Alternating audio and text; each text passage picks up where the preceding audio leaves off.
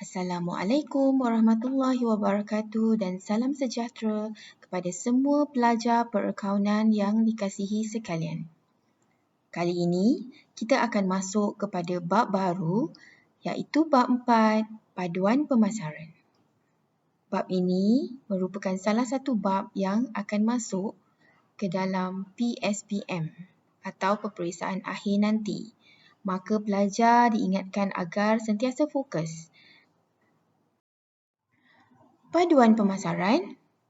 Ada teori yang berkaitan dengan paduan pemasaran mengatakan bahawa ia adalah meletakkan produk yang tepat di tempat yang tepat dengan harga yang tepat pada masa yang tepat. Ini adalah subtopik yang kita akan lihat dalam bab 4 ini. Paduan pemasaran merangkumi 4 perkara iaitu produk, penentuan harga, promosi dan pengedaran. Sekarang kita lihat takrifan paduan pemasaran atau campuran pemasaran. Ingat ya pelajar, paduan pemasaran dan campuran pemasaran merujuk kepada perkara yang sama.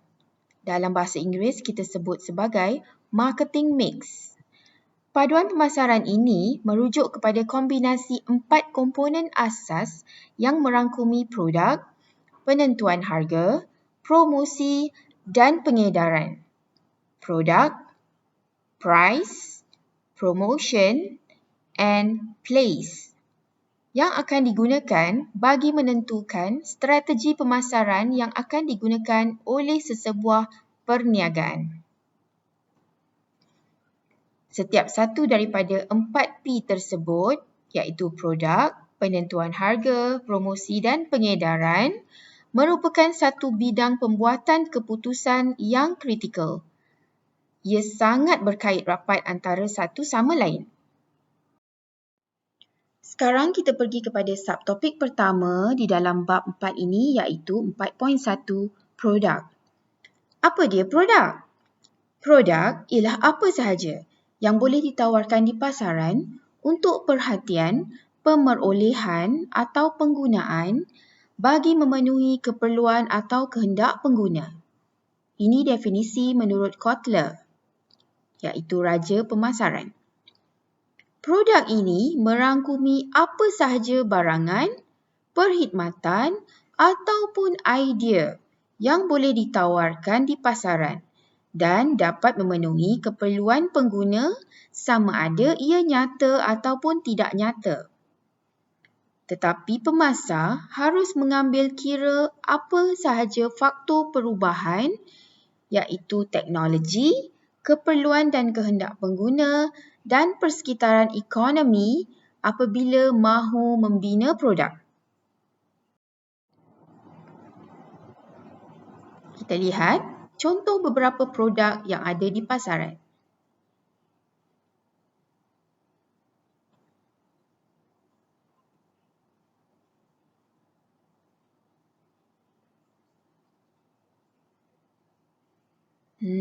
Sedap kan?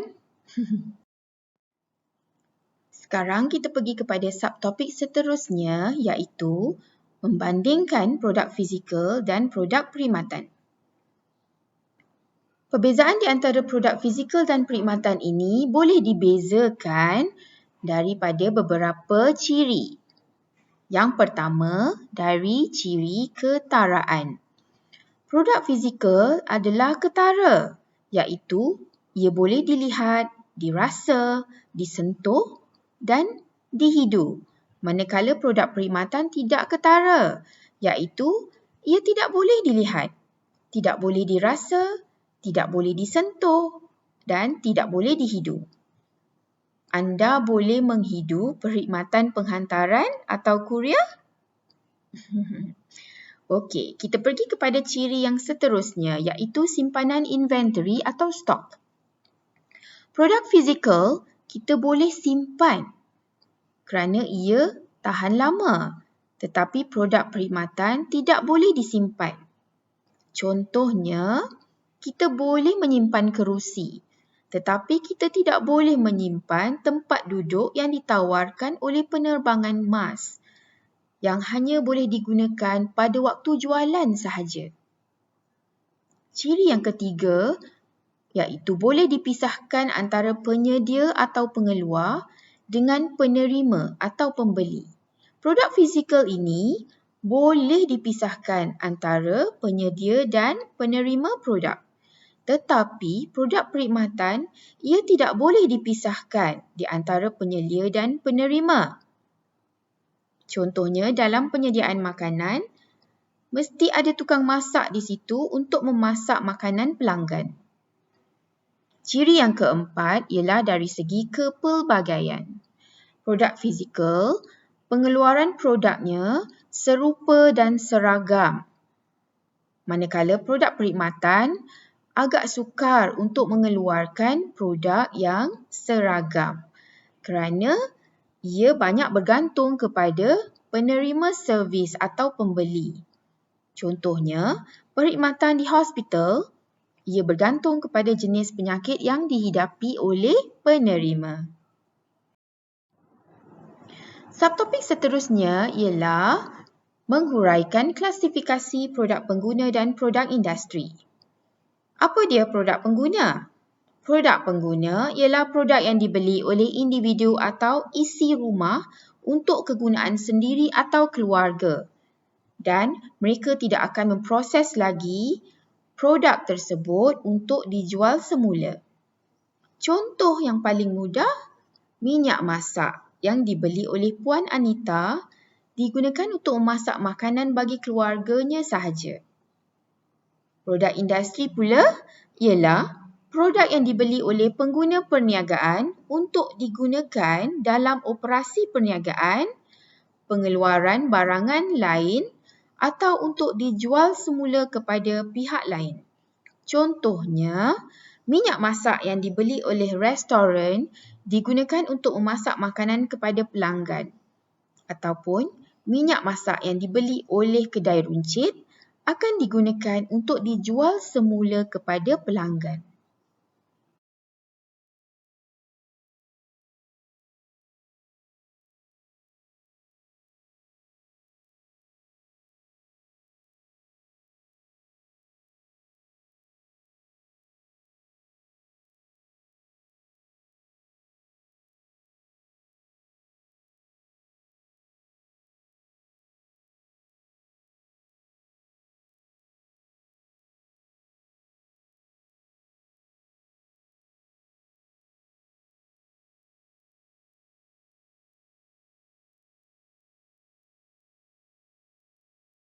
Kita lihat beberapa contoh.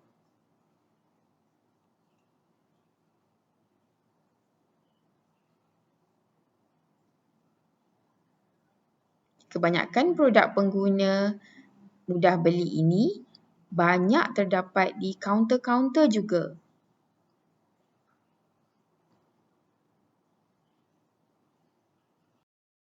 Baiklah, produk mudah beli tadi terbahagi pula kepada 3 jenis, iaitu produk gerak hati, produk kecemasan dan produk asasi. Apa dia produk gerak hati? Iaitu produk yang dibeli tanpa perancangan awal.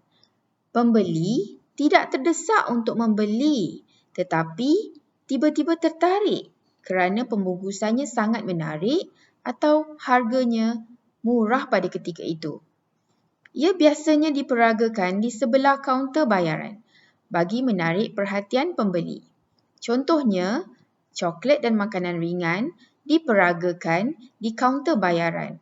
Maka apabila kanak-kanak melihatnya, mereka sangat menginginkannya. Kedua, produk kecemasan. Nama pun produk kecemasan, iaitu produk yang dibeli apabila keperluan mendesak atau berlaku kecemasan. Contohnya payung yang dibeli ketika hari hujan atau Panadol yang dibeli apabila kita demam. Yang ketiga ialah produk asasi. Produk asasi ialah produk yang kerap dibeli kerana ia selalu digunakan. Contohnya, kita selalu membeli beras, garam, gula dan minyak. Produk pengguna yang kedua ialah produk beli belah. Apa dia produk beli belah? Produk yang jarang dibeli, di mana pembelian dibuat sama ada sebulan atau setahun sekali. Pembeli biasanya membuat perbandingan harga, di mana tempat yang menjual lebih murah, mengharapkan spesifikasi tertentu dan kualiti produk yang mereka mahukan dari beberapa buah premis. Contohnya, pakaian, perabot dan kereta. Manakala, produk pengguna yang ketiga ialah produk istimewa. Produk istimewa ialah produk yang mempunyai ciri-ciri unik yang istimewa dari segi jenama, gaya atau jenisnya. Harganya mahal dan bersifat eksklusif. Contohnya, beg Gucci dan jam tangan Rolex. Produk pengguna yang keempat ialah produk tidak dicari. Apa tu produk tidak dicari? Produk yang memerlukan usaha pemasaran yang meluas untuk meningkatkan kesedaran pengguna. Produk ini berada di pasaran tetapi ia tidak disedari oleh pengguna dan agak sukar untuk memujuk pengguna membelinya. Contohnya, insurans dan kad kredit. Ini adalah antara beberapa contoh produk beli belah. Beg tangan, kasut, perabot, tudung dan lain-lain lagi. Ini pula adalah contoh produk istimewa seperti pakaian yang berharga RM4,500 ini. Rumah mewah, kapal layar mewah, kereta mewah dan kabinet mewah. Ini pula contoh produk tidak dicari. Ada orang tidak mahu langsung membaca ensiklopedia, jadi sangat sukar untuk menjual kepada pengguna tersebut. Begitu juga dengan kad kredit.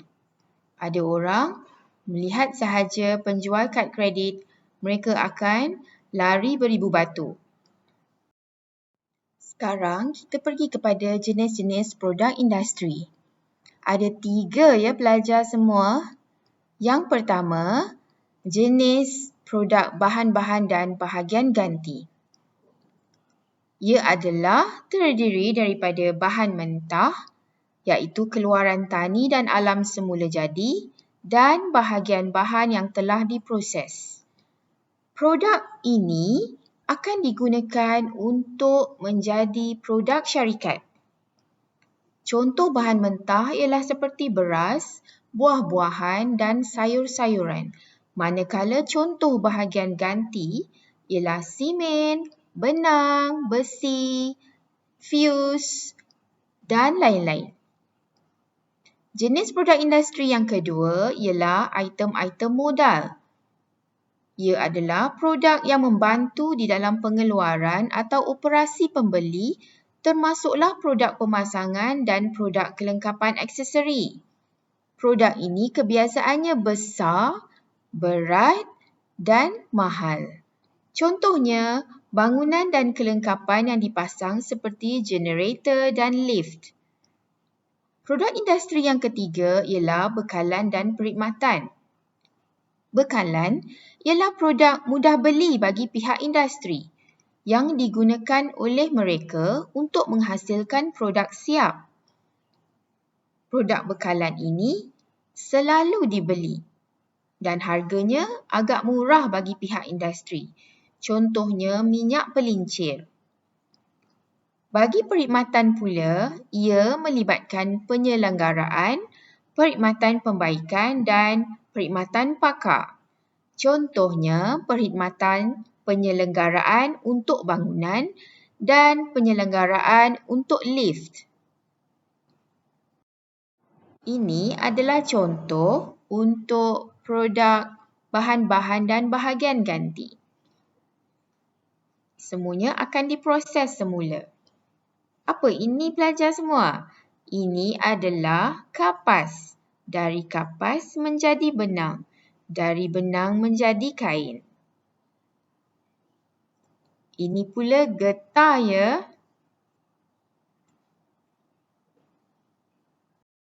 Ini pula adalah contoh produk item-item modal seperti rak-rak konkrit ini, tilang, jengkaut, server dan perabot pejabat. Ini adalah contoh-contoh untuk produk di bawah bekalan dan perkhidmatan. Ini semua adalah contoh produk-produk bekalan yang boleh dibeli oleh pihak industri. Dan ini adalah contoh perkhidmatan yang boleh diambil oleh syarikat atau perniagaan apabila mereka mahu melakukan pembersihan dalam perniagaan mereka. Itu sahaja untuk bahagian 1.